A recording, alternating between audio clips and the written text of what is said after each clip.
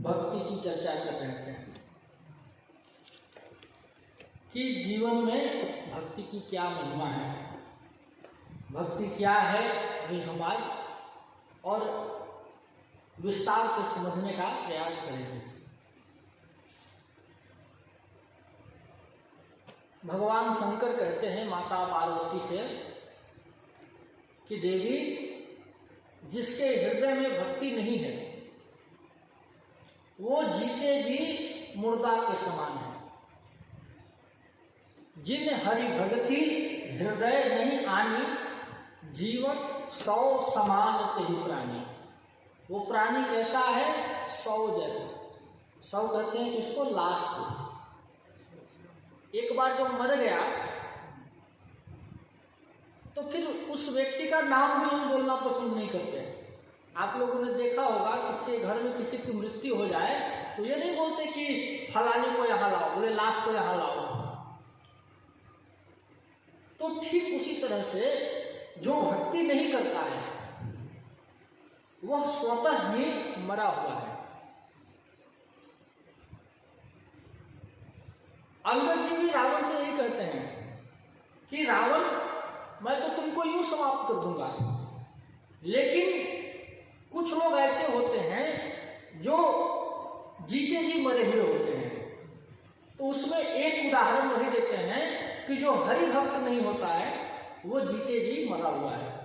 अंगद जी ने 14 उदाहरण दिए, अभी वो अलग विषय हो जाएगा हमारा। तो उन 14 में से एक स्थान इसका भी है, जो भगवान का भजन नहीं करता है वह जीते जी मुर्दा के समान है।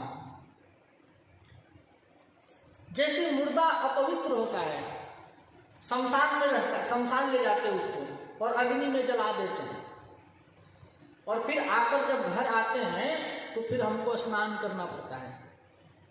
ठीक उसी तरह से समझ लीजिए, यदि आपने किसी नास्तिक का संग कर लिया जो हरिभक्त नहीं है, तो फिर आपको भी स्नान करने का ही प्रायश्चित करना चाहिए।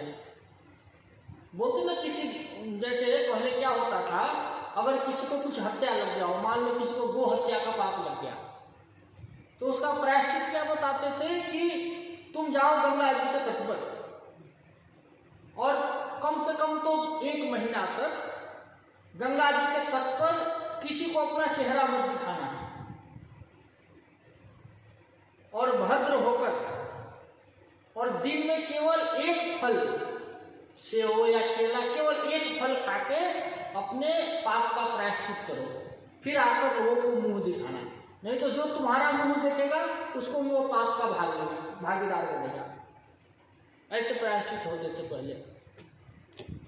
तो जो भगवान का भक्ति नहीं करता वो कैसा है? बोले वो सोचनीय है।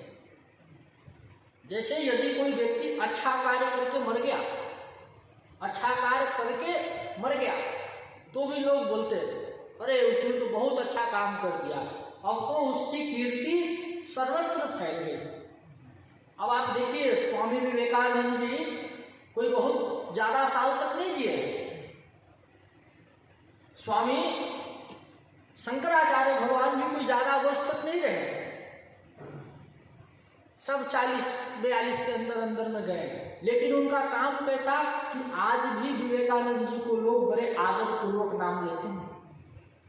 आज भी शंकराचार्य भगवान को प्रथम जगत गुरु का दर्जा प्राप्त है। सोचनीय सब ही विधि सोई, सब विधि से वह सोचनीय है। कौन? जो न छाड़ी छल हरिजन होई, जो छल छोड़कर भगवान का जन नहीं हो जाता। हरिजन, हरिजन मतलब गांधी जी वाला हरिजन नहीं, हरिजन मतलब जो हरि के जन है, हरि के जो बल्लभ है। जन मतलब प्यारे, जन मतलब होता है प्यारा, जो भगवान का प्यारा है, जो हरि बल्लभ है, जो राधा बल्लभ है, वो कभी सोचनीय नहीं हो सकता। जैसे यह प्रसंग है उत्तर का, जब दशरथ जी का प्राणांत हो गया और भरत जी विलाप करने लगे, हा पिताजी, हा पिताजी, हा पिताजी। तो गुरुदेव वशिष्ठ ने कहा कि तुम किसके लिए सोच कर रहे हो? अरे तुम्हारा बाप इतना बड़ा भक्त है, उसके लिए सोचने की कोई आवश्यकता नहीं है। सोचनीय सब ही विधि सोई, जो न छाड़ छल हरिजन होई।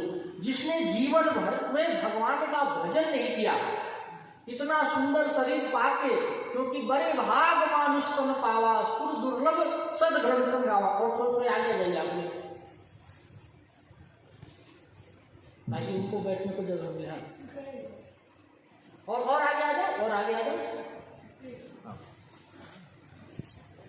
जितना पास रहेंगे ना उतना करेक्ट तेज जाएगा। तो सोचनीय सभी विधि सोई। वो सोचनीय है कौन? जो भगवान का भजन नहीं करता है। और देखो, जिसने भगवान ने तो तन दे दिया, बड़े भाग मानुष तन पावा, सुर दुर्लभ सद ग्रंथन गावा। देवता भी जिसके लिए लालायित रहते हैं कि मनुष्य तन हमको मिल जाए, क्योंकि मनुष्य जन्म से ही भक्ति होती है। अगर देवता चाहे कि भक्ति कर ले तो नहीं कर सकते। हाँ, देवता चाहे भोग ले तो भोग लेंगे, लेकिन अगर चाहे कि भक्ति करे तो देवता भी नहीं भक्ति कर सकते। देखो, एक होता है लोहा, और एक हो गया लोहे से भी बढ़िया चीज समझ लो, सोना। यदि पारस को लोहा से स्पर्श करा दिए तो क्या बन जाएगा वो? और वही सोना को स्पर्श कराओ, कुछ नहीं बनेगा। ठीक इसी तरह से हम लोगों का जो शरीर है तो लोहे जैसा, लेकिन इसको पारस चाहिए। भक्ति वो पारस है जो हम इसको कंचन सा बना देती है, सोना बना देती है। और जो भजन नहीं करता है वो समझिए अपने माँ बाप का नाम कलंकित करता है। ये भी बात है। जननी जने तो सूरजन। माँ कौन सी होनी चाहिए? या तो वो किसी सूरवीर पुत्र को पैदा करे, जननी जने तो सूरजन, या फिर कै दाता, जननी जने तो भक्तजन, कै दाता कै सूर। या तो किसी माँ को गौरव कब प्राप्त होगा? जब कोई भक्त जन्म ले उसके गर्भ से। जैसे आज भी हम लोग तुलसीदास जी की माता जी को याद करते हैं, तुलसी माता को, तुकाराम महाराज की माँ को याद करते हैं, संतों की माताओं को याद करते हैं हम लोग। या तो कोई दाता जन्म दे, हाँ भाई बहुत दानी हो गया, जैसे अंगराज कर्ण जैसा दानी हो।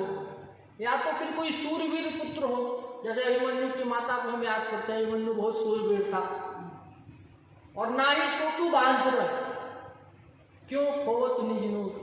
उससे अच्छा तो फिर तू बांझ ही रह जा, कम से कम ये कलंक तो नहीं लेगा कि तेरे घर में जुनुकारी जैसा कोई बेटा होगी। कई बार माताएं बोलती है जब बेटा उसकी बात नहीं मानता तू क्यों आया, इससे अच्छा तुम्हें बांझ ही रह जाती। जन्म लेना है तो बढ़िया पुत्र को जन्म दो, नहीं तो उससे अच्छा बांझ रह जाओ। हमें याद है बक्सर वाले मामा जी नारायण दास भक्तमाली जी, उनका एक बहुत सुंदर दोहा है। वो बहुत हर बार उस दोहे का प्रयोग किया करते थे। वो कहते थे, जे ही मार्ग मूत को से ही मार्ग पूत, और भजन करे तो पूत है, ना ही तो वह मूत। समझ में आया समझ में?